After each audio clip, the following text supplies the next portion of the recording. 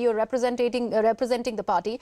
The fact that Hindus for Human Rights, among other organizations that were part of the meeting that Rahul Gandhi attended, all of these happen to be the signatories to the letter that was written to President Joe Biden to not invite Prime Minister Modi on a state dinner to the White House. Also to the US Speaker, McCarthy, that he should not even be allowed to speak in the Congress. Do you think all of this put together and Rahul Gandhi going ahead and meeting with them also, probably underlines a statement the Congress party is choosing to make against the Prime Minister of the country? Very quickly. You cannot stay isolated in a world of globalization, and everybody will have their own views, but that doesn't mean that every view of theirs is going to be endorsed by us. Like the Prime Minister, he has proved now that there's no democracy in the country by saying that, oh, why are you meeting somebody who is Sujata, I got your point. Mr. Singh and Sujata, I'm really sorry, I'm short on time of the broadcast. We'd have to wrap Viewpoint with that. Thank you so much for watching.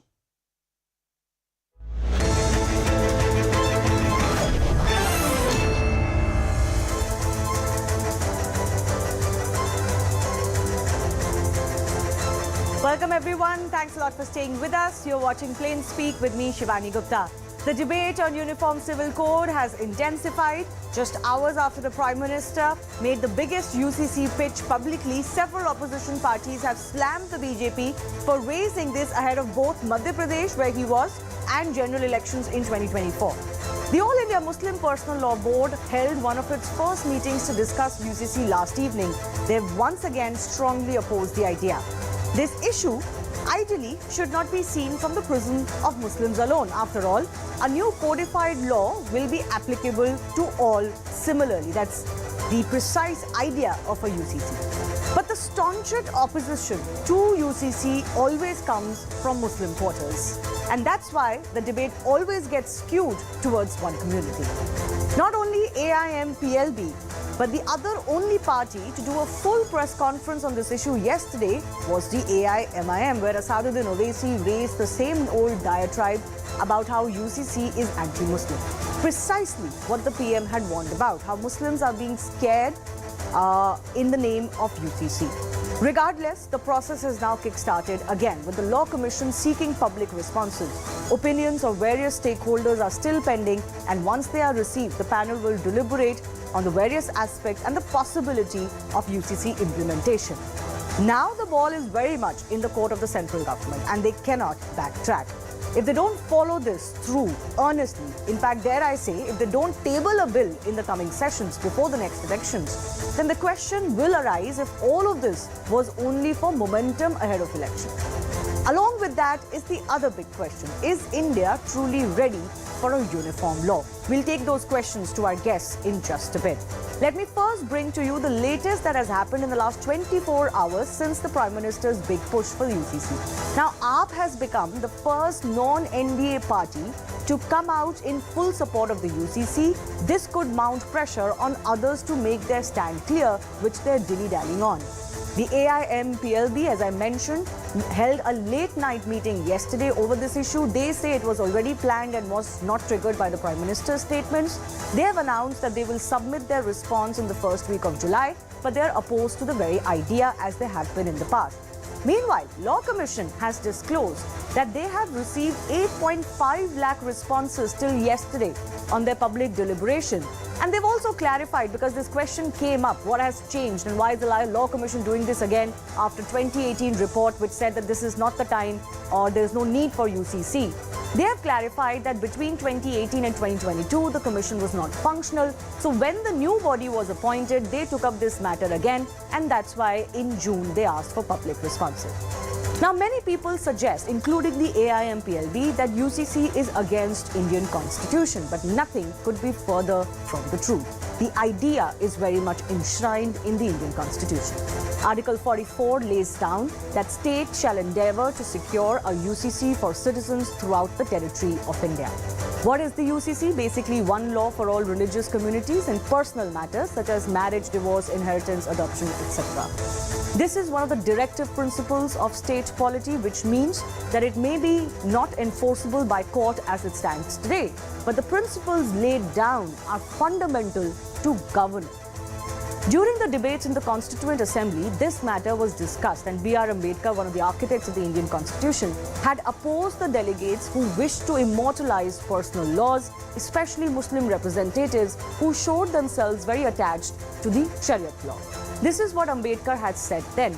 Do not understand why religion should be given vast jurisdiction. He said, we do have this power. We are having this liberty to reform our social system. The system is full of inequities, discrimination and other things. The system conflicts with our fundamental rights. He added that states shall endeavour to secure for citizens a UCC throughout India.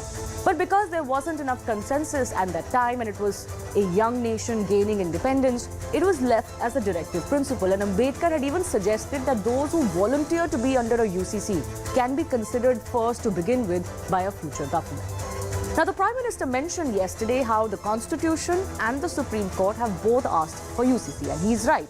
I told you about the Constitution. Here is what the Supreme Court has said in the past. In 1985, during the Shah Bano case, which is one of the landmark cases in India, the SC had remarked that it is a matter of regret that Article 44 has remained a dead letter. Again, in Sarla Mudgal case in 1995, the Supreme Court urged then Prime Minister to secure a UCC. More recently, in 2023, the Supreme Court has said that there is no bar on states to set up a panel for UCC. And this question came up because BJP-ruled states were doing so. Also this year, though, the Supreme Court said that courts should not be seen as directing legislature to enact a law, suggesting it should very well come from Parliament. So the big debate that's coming up is basically this. Is India ready for a uniform code? And if there are still problems in certain sections accepting it, then what are the reasons behind it? That coming up in just a bit.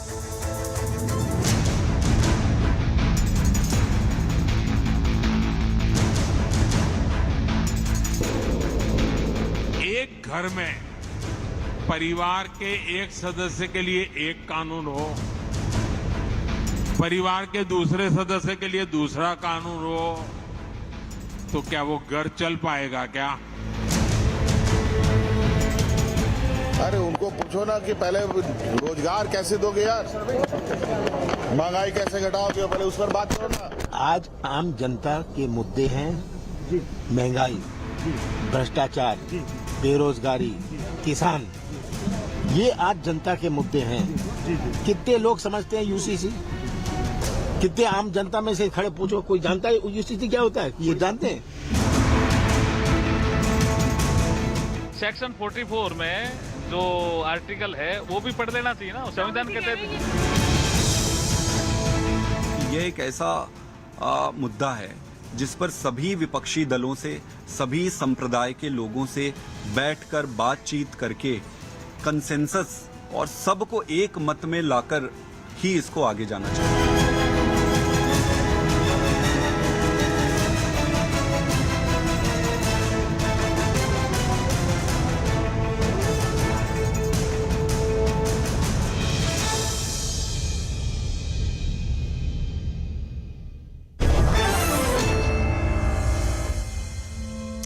A warm welcome to our guest joining us, Shazia Ilmi of the BJP. Zakia Soman is activist who's been fighting for equal rights for Muslim women for many decades. Danish Qureshi is AIMIM leader, one of the parties opposed vociferously to the UCC. Ashwini Upadhyay is advocate in Supreme Court. He's been one of the petitioners asking for UCC via courts in the past. Shahid Ali is advocate and president, United Muslim Front. Let me go across to Zakia Soman first. Zakia ji, I said at the start of my show, the UCC issue should not become just about Muslims because it attracts unprecedented attention and scrutiny of the Muslim community, which should be avoided. But then how do you look at the opposition that is coming in from parties like the AIMIM and the AIM-PLB more particularly, because after several decades, they still continue to be opposed to the UCC? So you're very right, Shivani, that the UCC concerns the entire country, irrespective of faith or ethnicity background. But nevertheless, it is made to appear to be like a Muslim issue only, mainly for two reasons. One is because it is part of the BJP's agenda, it's part of their electoral manifesto, and equally also because there has been a persistent resistance to reform of the Muslim personal law from the clergy and from the religious leadership. So it so happens that today, after 70 years of independence, only the Muslim women have been left out of the ambit of law. So they remain the worst sufferers.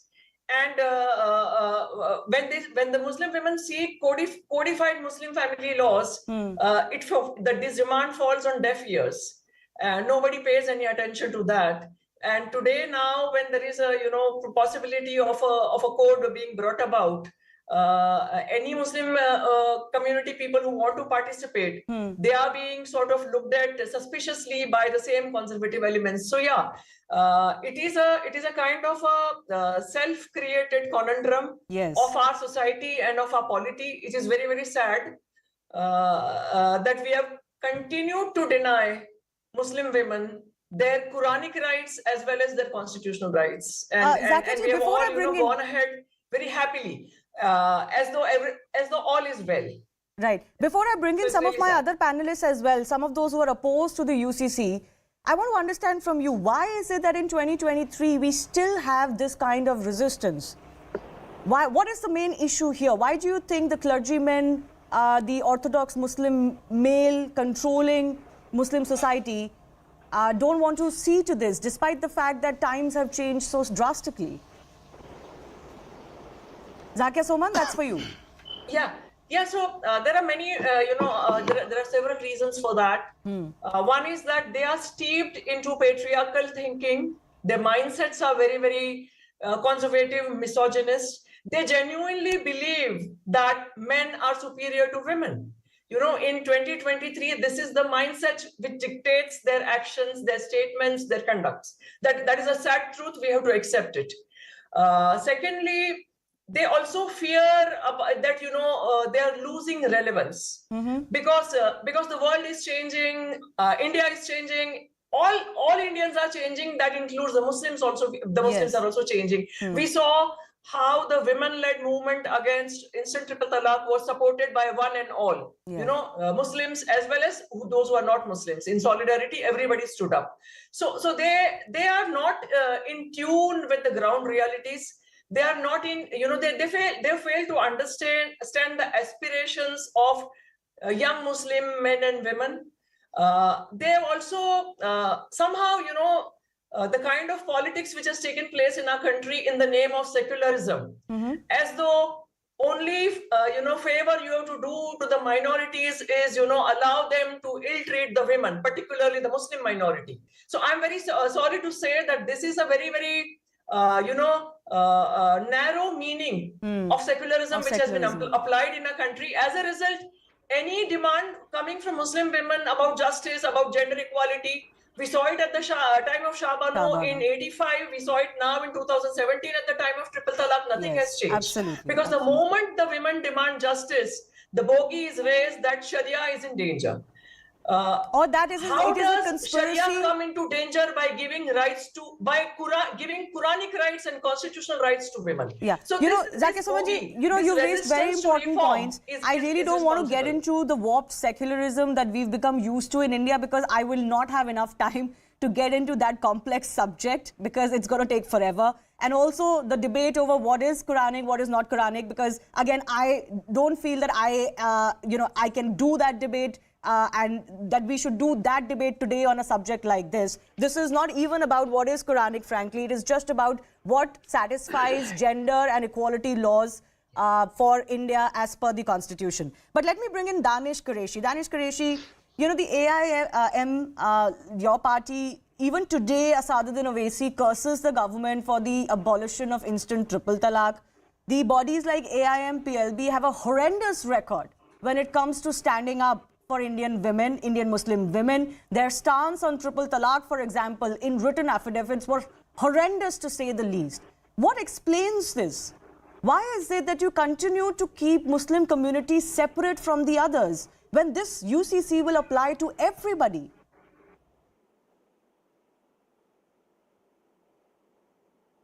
Danish Qureshi, that question is for you. Not sure he can hear me. Can I go across to Shahid Ali? Shahid Ali, can you hear me? Yeah, would you like to take that question? What explains this resistance to UCC? In fact, my take on to the issue is that diversity is the soul of India, soul of our constitution. Diversity, in fact, this the act of bringing or this declaring that we will bring UCC is an attack on the soul, very soul of India, is an attack on the constitution of India, is an attack on the fundamental rights enshrined in the constitution. And कमाल की बात ये है कि the peoples are talking about directive principles. How directive principles can have supremacy over fundamental rights? Absolutely cannot be. Now, in fact, only 3 weeks till 3 weeks ago, this was the stand of Government of India that UCC is not required. They filed an affidavit for the Honorable Supreme Court, and one of the co-panelists was the petitioner therein. The petition was dismissed as withdrawn. Now, just after 3 weeks, because the Karnataka they have lost. Karnataka they have lost. Their intentions are not to bring UCC. Their intentions are just to play the communal card. But why is this communal? That's what I'm trying to understand from you. Support of the voters. Shahid Ali, I don't want to get into the timing bit. Shahid Ali, one second. I don't want to get into the timing bit because no matter when this would have been done, the debate has remained consistent. Let's not fool ourselves that this has anything to do with timing. But anyways, I want to understand from you, why is UCC communal? Why is UCC Prime Minister of India has given communal color to this. Who has given? That is what I am saying. The Prime Minister himself.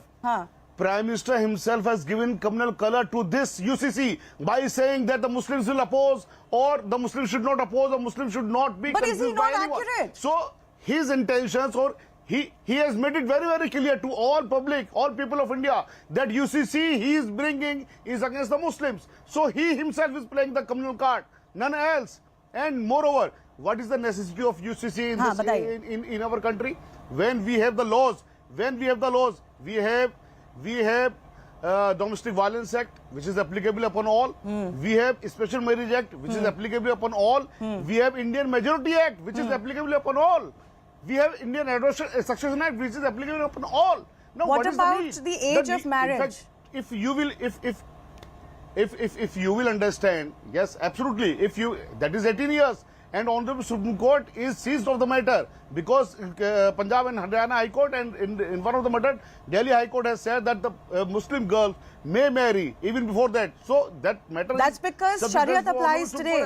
Once the UCC applies, that wouldn't be the case. That's because Muslims want to be ruled by the Shariat Act. Give me 30 more seconds. Yeah, please go ahead. Give me 30 more seconds. In fact, this is the acts which I have named. That is the matter of choice of the people living in India. If they want to get their marriage registered in Special Marriage Act, they may do so.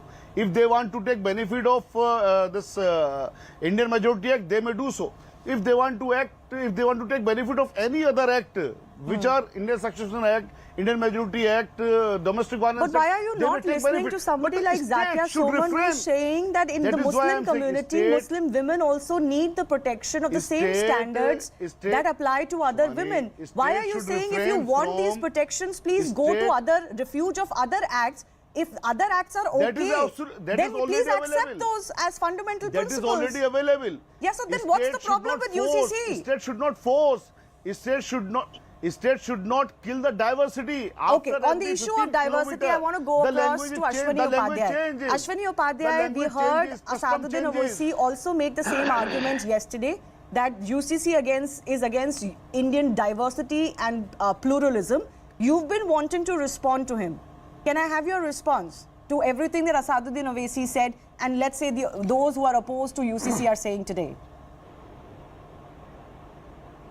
देखिए शिवानी जी, आप anchor हैं, आपको वेतन भत्ता किस लिए मिलता है? एंकरिंग करने के लिए। ऐसे जो डॉक्टर होता है उसको वेतन भत्ता किस लिए मिलता है? इलाज करने के लिए। जो ड्राइवर है उसको वेतन भत्ता किस लिए मिलता है? गाड़ी चलाने के लिए।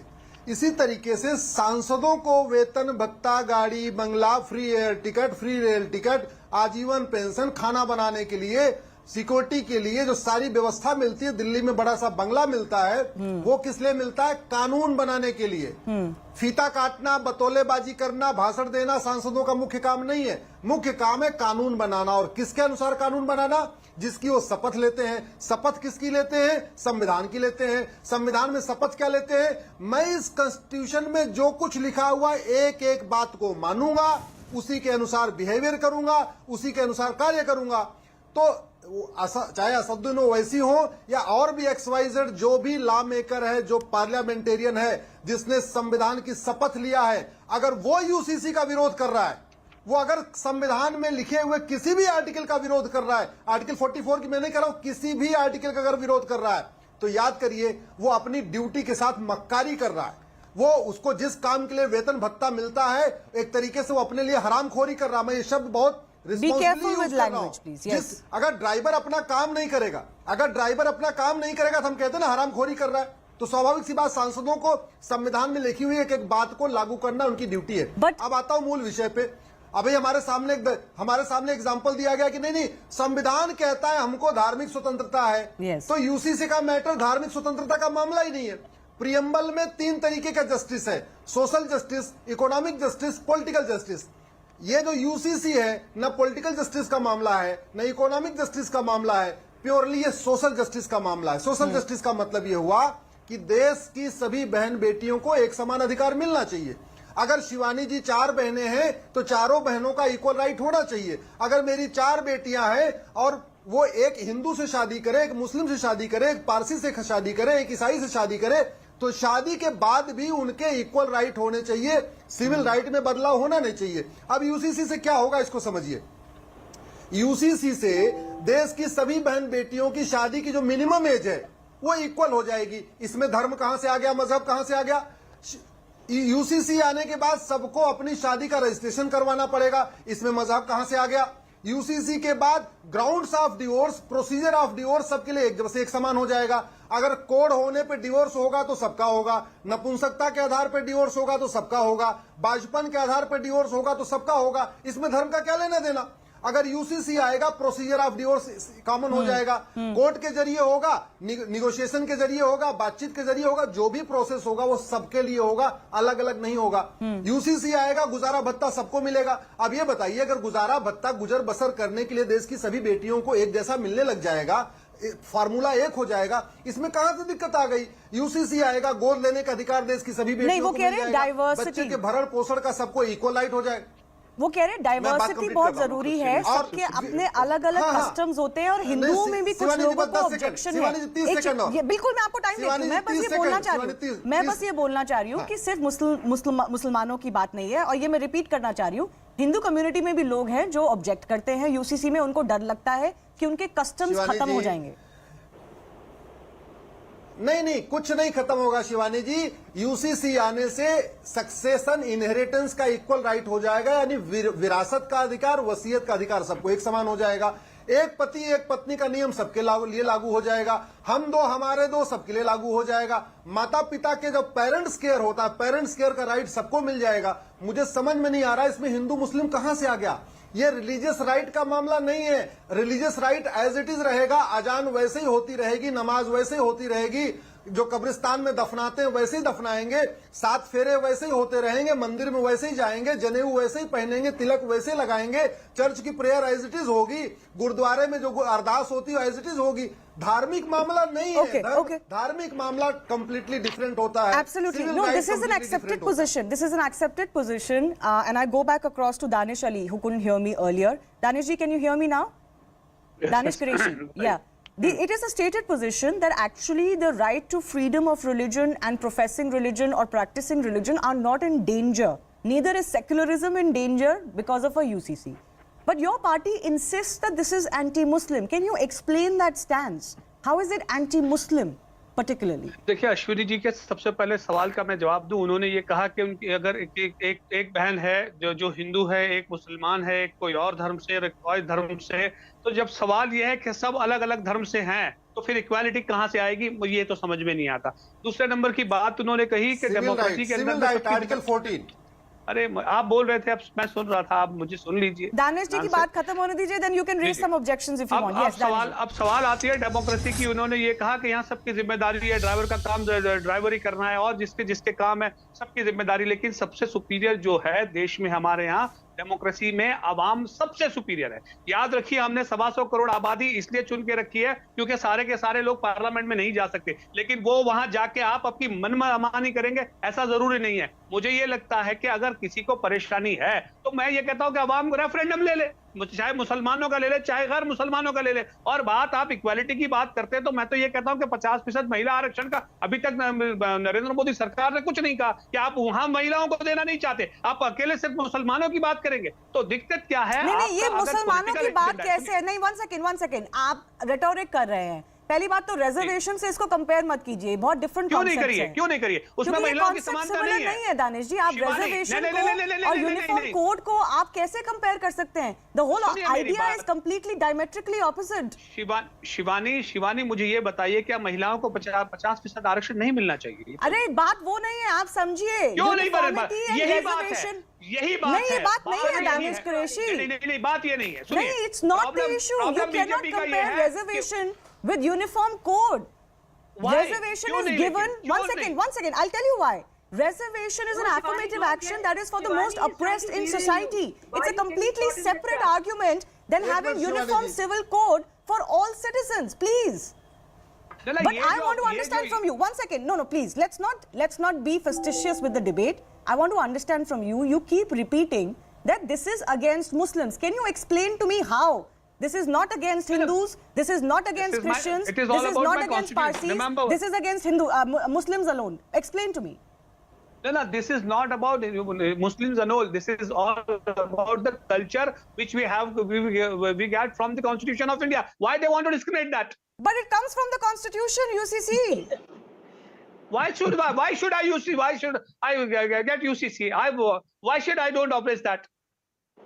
Okay, all right. Shazia Ilmi has been waiting. Let me go across to Shazia Ilmi. How do you look at these opposition to the UCC, Shazia? I really want to reiterate, I do not like making this about the Muslim community. But unfortunately, as Zakia Soman also said, the staunchest opposition comes from the Muslim community. It becomes about the Muslim community. Shivani, all that I've heard so far from those who are opposing UCC is just one falsehood after the other. You tell me, Shivani, and I would like the panelists also later to answer, if something is good for Muslim sisters and daughters, how is it against Muslims? Are Muslim girls not equal to Muslim men? Are there any less citizens? Are there any less religious entities? And are you making that comparison because of the gender differences? So if something is being done, which let's presume, which that is also a lie, that is only for Muslim women. But if Muslim women are benefiting, how is that in any way an issue? How is that in any way come in the way of Muslim rights? But maybe they don't trust the BJP's intentions. Shazia Ilmi, I'm losing your frame again and again, but I'll persist. Maybe they don't trust the BJP's intentions. And because, as Zakia said, it comes from the BJP, that's why they oppose. Because they feel threatened by the BJP. Exactly. So let me come in. First of all, this is enshrined in the constitution of our country. Those who believe in the constitution will want it. Those who believe in gender justice, they will believe it. This is the promise of the constitution. This is the real Azadi. And it has yet to be achieved until this is done. Let me make it very clear. And this is for women across the religions. It's for our Sikh sisters, Parsi sisters, Christian sisters. Why these men are speaking up and talking utter nonsense, it's because they're looking at a vote bank politics, which is exactly what has been in play during the Triple Talaq judgment and Shabano. It has nothing to do with either Quran or the Constitution. They know in the heart of hearts that it is the need of the day. Tell me, do the lives of any Indian Muslim or the diverse nature of Indian beings get jeopardized by the criminal law, by IPC? Those laws remain the same. Why do they raise heckles when it comes to women per se, the daughters and sisters? Okay. Tell me, and there's no jeopardy when it comes to the IPC, right? All Indian Muslims believe in that. No, I find it also very interesting. I also find it interesting that Shahid is saying that if you want protections of good gender neutral and gender equality laws or for progressive laws? Those laws exist. You please take shelter and refuge under those laws, but don't change our laws. Absolutely. Beyond the social structure of a society and the religious scriptures and whatever there is for the Indian woman, the law has to be the recourse, a savior. When the society fails her or a family fails her or the overall social structure fails her, it has to be the Indian I have only limited time to take final comments from everyone. I'll give 30 seconds. Shazia, I'll begin with you. Don't you think that now it is important for the BJP government to follow through? Because if you raise this now, but you dilly-dally and tither on it, then the allegation will be proved true that you raise it periodically because of elections. That is not true. And the history of this, the bill and BJP's commitment to it is very clear. Some of us are attracted to BJP because of this. And I feel this is a promise of the Constitution. Two, I think just like the Congress party caved and succumbed to Muslim clergy, which actually went against the word of even Quran, which they repeated during Triple Talaq because they actually were inciting something or invoking something that was not part of the Quran. Similarly, now this is constitutionally correct, and the position and the stated position of B.R. Ambedkar and even Nehru, who stood for it, which is why it is part of the directive principles. I don't want to get into what is Quranic and what is not, because I think that's fundamentally a debate that the Muslim community needs to have. No, I can tell you because I get that, but I'm just saying I don't want to get into that because everything cannot be looked at as from what is Quranic in a secular country, because we cannot make laws only according to that. But anyways, Danish Qureshi, 30 seconds to you. How do you plan to take your opposition forward to UCC? The government hasn't said they're bringing it, but the government has initiated a discussion on it. What's the problem with that? No, government can have the discussion on it. That is not a problem. But we will stay opposed, and whatever we can represent in the parliament, our party will. Don't you feel that you would be seen? Don't you fear that you would be seen as anti-women if you take that stance? No, this is all about our community, and I think community is with us. The community is with you. Shahid Ali, you want to add something to that? मैं सिर्फ इतनी बात कहना चाहता हूँ, हमारे देश में जहाँ पर हर 15 किलोमीटर पर जबान चेंज हो जाती है, कल्चर चेंज हो जाता है, लोगों का कस्टम चेंज हो जाता है, उस समाज में, उस देश की रू डाइवर्सिटी है, और डाइवर्सिटी की वजह से ही हमारा देश लगातार तरक्की करता जा रहा है। इस डाइवर्सिटी को खत्म करने की कोशिश की जा रही है। ये अटैक है डाइवर्सिटी पे, ये अटैक है देश की रूह पर, देश के सोल पर। ये नहीं होना चाहिए किसी भी तरह से। Okay, Ashwini Upadhyay, 30 seconds. I'll give final word to Zakir Sumar. Shivani ji, tax law सबके लिए कॉमन है, प्रॉपर्टी का लॉ सबके लिए कॉमन है, एजुकेशन लॉ सबके लिए कॉमन है, और जहां तक ये लोग बार बार आर्टिकल 25 की दुहाई दे रहे हैं और प्लुरलिटी की दुहाई दे रहे हैं, हमारा कॉन्स्टिट्यूशन आर्टिकल 25 प्रथा को प्रोटेक्ट करता है, कुप्रथा को नहीं। रीतियों को प्रोटेक्ट करता है, कुरीतियों को नहीं। धर्म पालन का अधिकार देता है, धर्मांतरण का नहीं।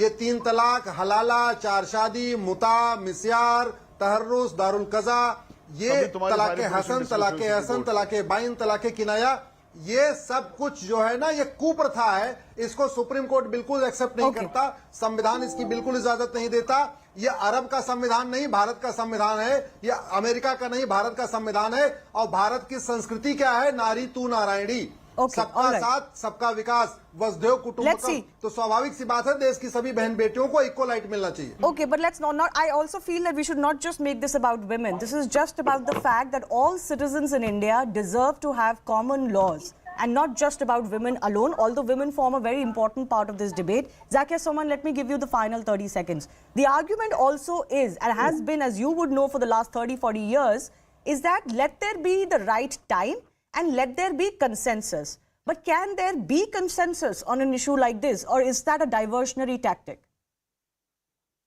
So there is nothing called the right time for gender justice, because such is the nature of patriarchal society that the time is never right. But I would say that we should have justice and equality at the core of this deliberation. And the responsibility lies with the government to make it inclusive, in-depth, collaborative, and as genuinely as that can be done. Diversity should be upheld, pluralism should be upheld, but no unfair and discriminatory practices can be allowed to continue in the name of diversity.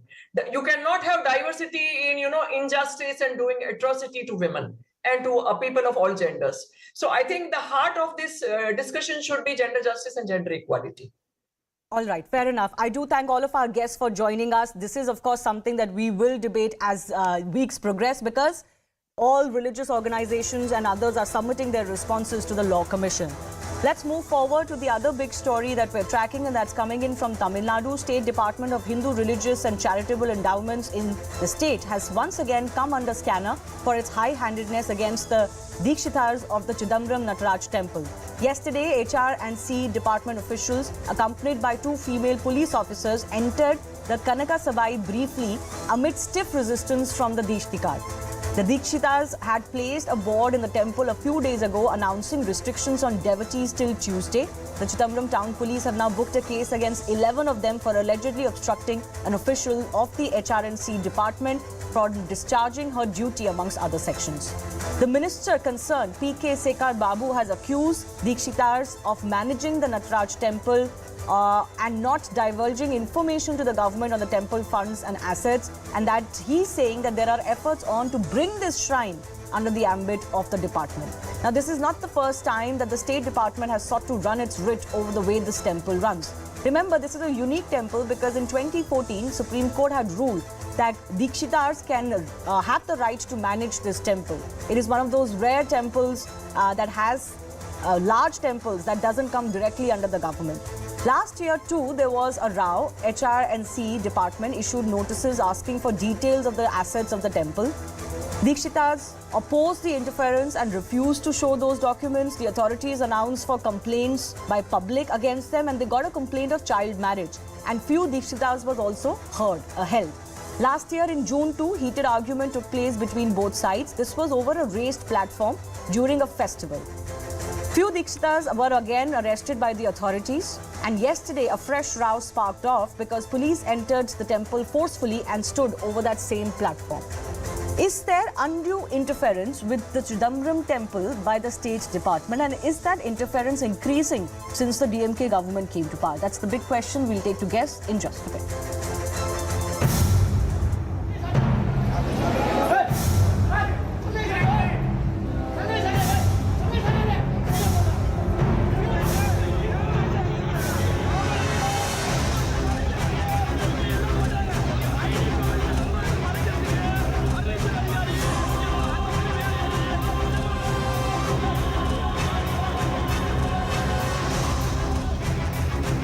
தெய்வத்தை வழிபடுவதற்குண்டான அனைத்து ஏற்பாடுகளையும் செய்து தருவதுதான் எங்களுடைய நோக்கம்.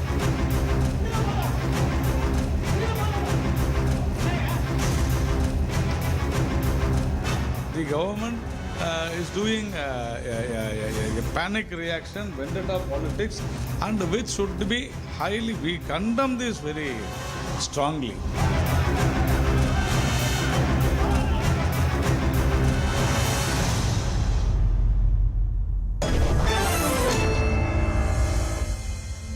Salem Dharandaran of the DMK is joining us. T.R. Ramesh is advocate and he's a free temple activist joining us.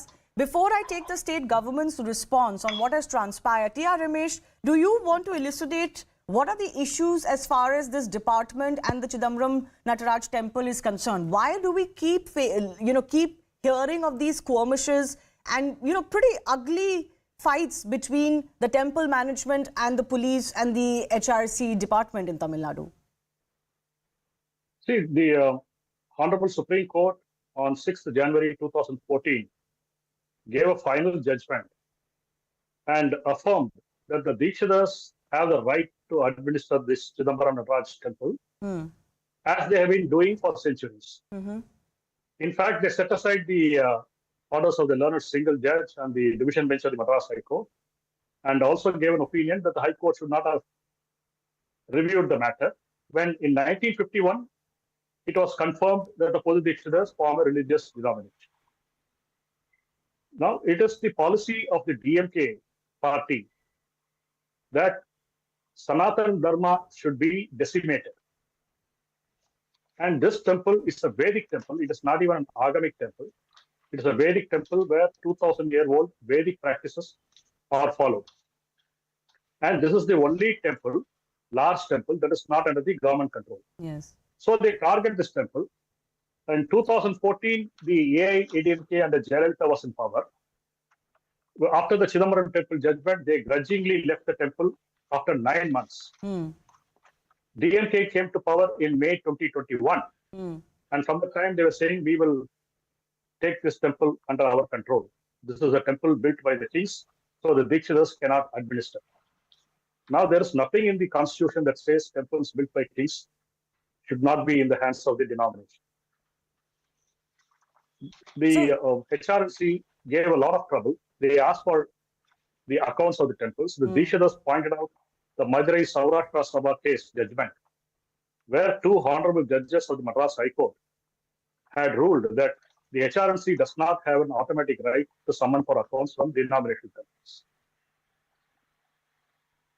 Then they gave an advertisement in a popular newspaper asking people to complain about Chidambaram temple. Yes, I've already listed that out. I have limited time. So let me just ask you one quick follow-up question before I go to the Dharan. You contend that this is particularly happening with more vicious intent because of the DMK and it's because of its ideology.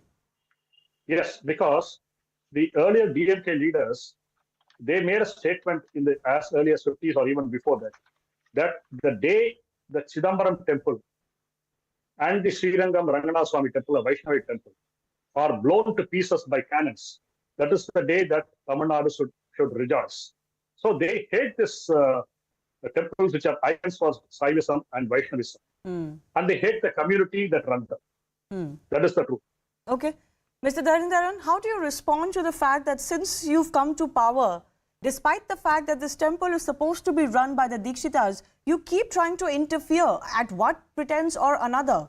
And the manner in which the police is dealing with the priests and the temple property and its area, it's absolutely appalling. No, I think it's not absolutely true. See, HRNC was formed even before India got independent, before DMK came to power. HRNC manages most of the temples in Tamil Nadu, and that is why Tamil Nadu has the best maintained temples in the country. And if you look at HRNC website, all the temples which are part of HRNC, they say how much money they have received as non-kode or donation, and then how they have been spent. For example, Palani temple, for example, but that's not your job. Offers. No, why? It's not your job. But who are Dikshitas? Who are Dikshitas? Do they own No, the they're temple? the ones who run the temple. It's their job. It's not your job. The court decided on that. Wait. But court gave a caveat in the judgment. I'm not sure if you read the judgment. Yes, the mismanagement of funds. Yeah, the mismanagement, exactly. But you have to first prove some mismanagement before your police starts entering temples like this. Is there no sanctity to be maintained of a temple property? First, you should speak or I have to speak. When the previous gentleman spoke, he was uninterrupted, but I've been interrupted. Because like you're making it sound like it's your job to check what the temple does. It isn't. No, only if you let me complete, you will understand what I'm trying to say. If you just interrupt, then I'll be understood wrong by the viewers. Okay, go ahead. So if that's what you want, then I do not know.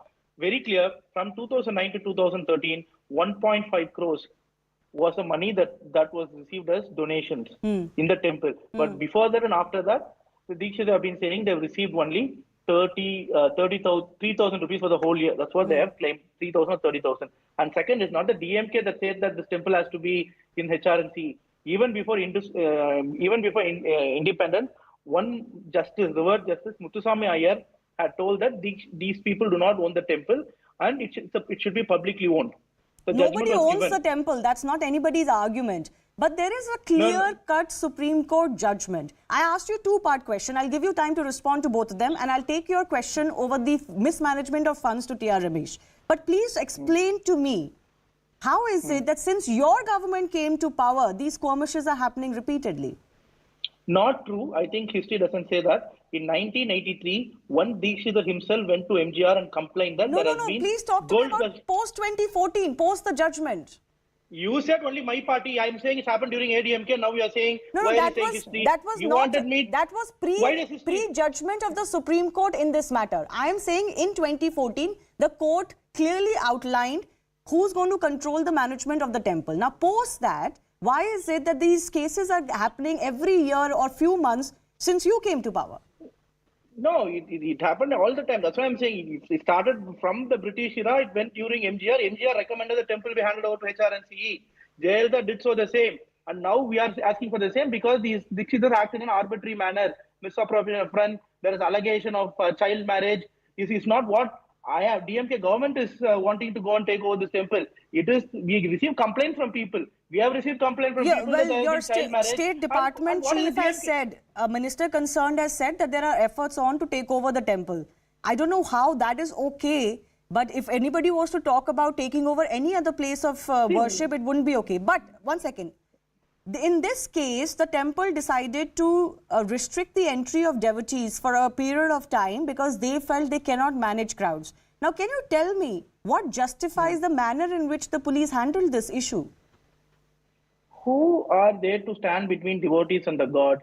If they think they cannot manage, they could have written to the Tamil Nadu government or the Tamil Nadu police department. They would have given police protection. Who are they? Why should they decide? This arbitrariness is a problem. But then will you run into temples and fight with people in temple premises if there is a problem? We do not fight with the people. We are standing with the people. Maybe you want to show to the people outside of Tamil Nadu that we are standing, we are against the people who are going to devote. That's not true. No, you ask people, you ask the devotees there. I've spoken to people in Chidambaram who go to the temple. They're all saying that these people are acting with high-handedness. Fair enough. Those allegations in its place. No, one second. Those allegations in its place.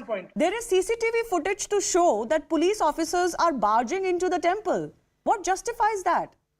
You yourself said there are a huge crowd they cannot manage. So if any place in Tamil Nadu, if there is huge crowd, it has to be managed. The police will have to go. And importantly, I'll tell you what Dikshit does. Now they're saying their devotees, they're not allowing them to pray properly. In 2018, for one big businessman, after getting some, I don't know what from him, allowed him to host an entire marriage. And that time, the whole temple was closed. You are very welcome to take these cases forward. But there is a manner in which you will have to deal with these cases. Anyways, let T.R. Ramesh first respond to the charges. Once again, to the charges of temple funds management misappropriation. Doesn't the temple also owe an explanation in this regard? Okay, now the gentleman talked about 1.5 crore rupees income. He conveniently forgot to tell the viewers that the government had installed hundis in many places in the temple when it took over the temple in 2009. And that's how money came into collection.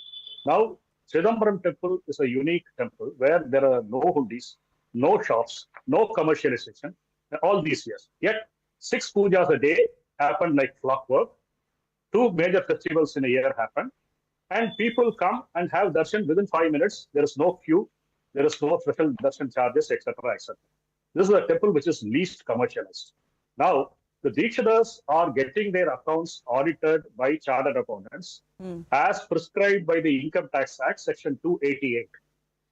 Any temple having more than 2 lakh rupees income has to be necessarily audited by a chartered accountant and in a particular format. This the Dikshitars are doing, and this is not being done by HRNCE. From 1986, 1.5 million audit objections are pending, even in their internal audit. Okay. The commissioner himself has accepted this, and this has come out in a GO 181, which transferred the audit department from the HRNC to the finance department. Okay. This happened last year. Can I ask you a quick follow-up question, because I have limited time? What also explains the fact that the temple decided that they will not take in devotees instead of making provisions to manage the crowd?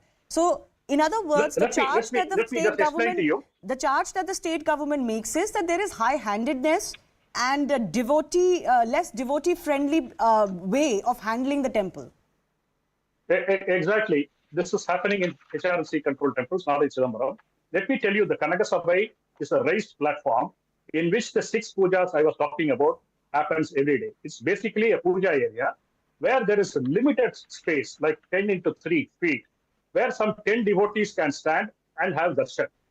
But during festivals, when 50,000 or 60,000 people come, and everybody wants to go up and have darshan.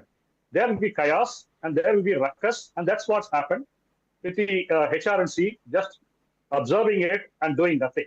That's why during festival alone, for 4 days, the Dikshita said there will be no darshan from the Kanagasabha, just for 4 days when the festival crowd is there. Okay. Even if police is there, it cannot be managed because 6 pujas have to happen in the Kanagasabha, and only the time between the pujas, these darshan atop the Kanagasabha. Okay, fair enough. Let me give Mr. Narendra a quick rebuttal space. The charge against your government is that you've been eyeing this temple for a very long time, which is one of the rare temples not under state control. And of course, Mr. Ramesh said what they said about your party ideology.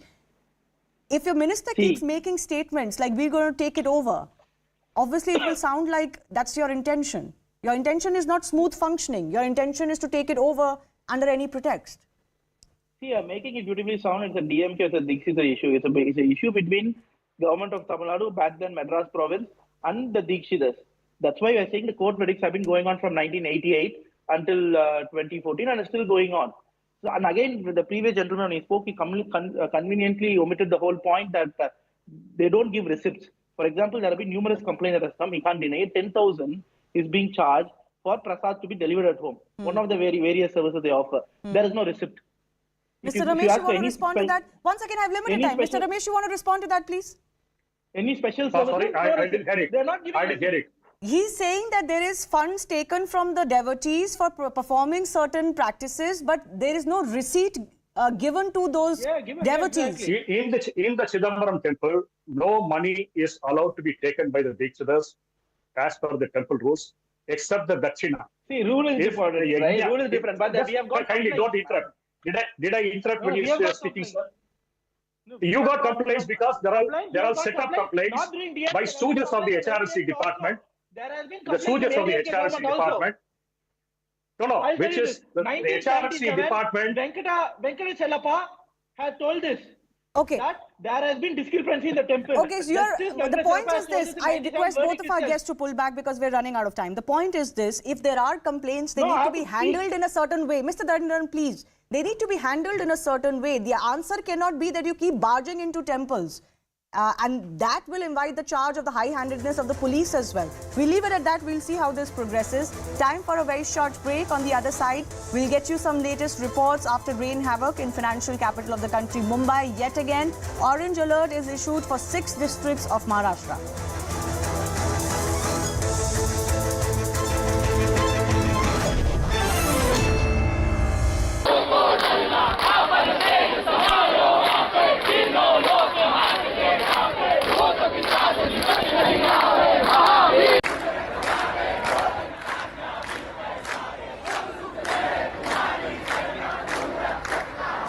We showed our viewers how residents are actually chanting Chalisa and are singing Hanuman Chalisa as well and are chanting Jai Shri Ram outside their residence. But do we have any official word coming in from the cops as well since they intervened in this particular matter? Well, yes, the cops said that they deployed police personnel at Mira the minute they came to know about the brawl, and that, one tension surprising, a team of police was sent there in order to control the crowd. There were some altercations there as well, and, as per our information, the police had to resort to some use of force in order to disperse the crowd as well.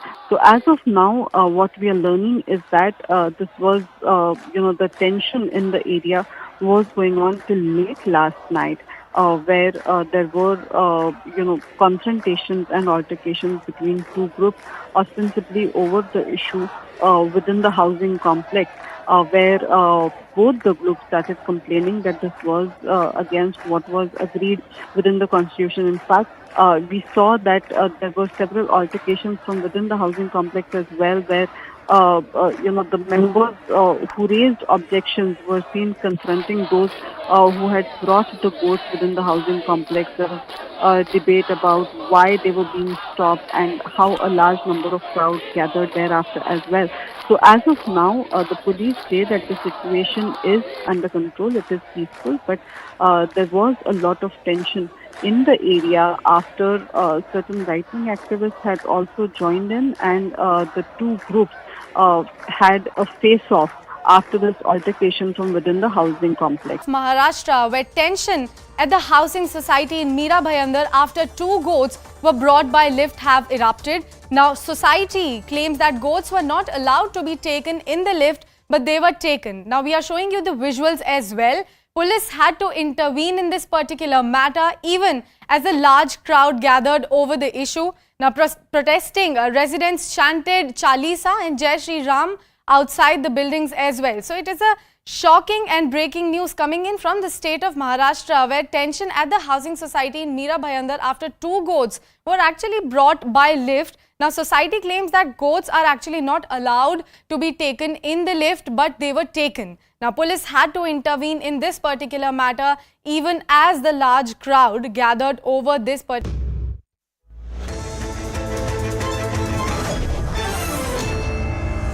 Monsoon has arrived in Mumbai, and as we can see, we are here at BKC near Mithi River. One of the points which gets choked and which is regularly cleaned up by the BMC. Several places in Mumbai have seen waterlogging in the last 2 to 3 days alone, and right now the BMC says that its pumps are completely functional, though Andheri subway shuts down every now and then, even with the slightest of waterfall.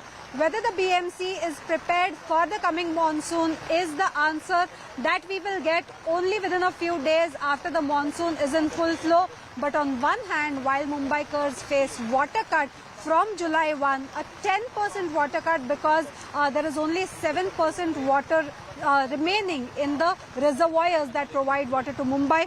On the other hand, if there isn't good rainfall in the catchment areas, the overall flow of waters in Mumbai and rainfall in Mumbai may not count much. What you see here is right in the middle of the city at Kurla. There is heavy waterlogging over here ever since this morning. In fact, what needs to be seen is that this entire road is submerged in water. It looks as if there's a river flowing right here. You in fact see that there are small vehicles, their wheels are almost submerged underwater. Right there behind, there is traffic restrictions that have been put in place because the vehicles cannot move from that location. This very area of Kurla is a low-lying area where the waterlogging problem is perennially present, and which is where today, considering that there's been heavy rainfall in Mumbai ever since this morning, this area has had the waterlogging issue ever since this morning, and there's waterlogging which has been reported here. In fact, very close to this place at Mithi Nadi was where we saw that BMC Commissioner Iqbal Chahal had also visited to take a stock of the situation. However, year on year, the situation here at Kurla does not really improve. Waterlogging problems are a perennial.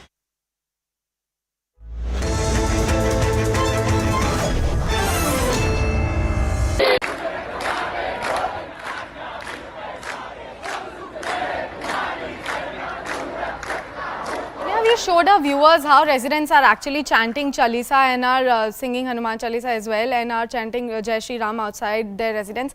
But do we have any official word coming in from the cops as well, since they intervened in this particular matter? Well, yes, the cops said that they deployed police personnel at Mira Bhayandar the minute they came to know about the brawl, and that once tension started rising, a team of police was sent there in order to control the crowd.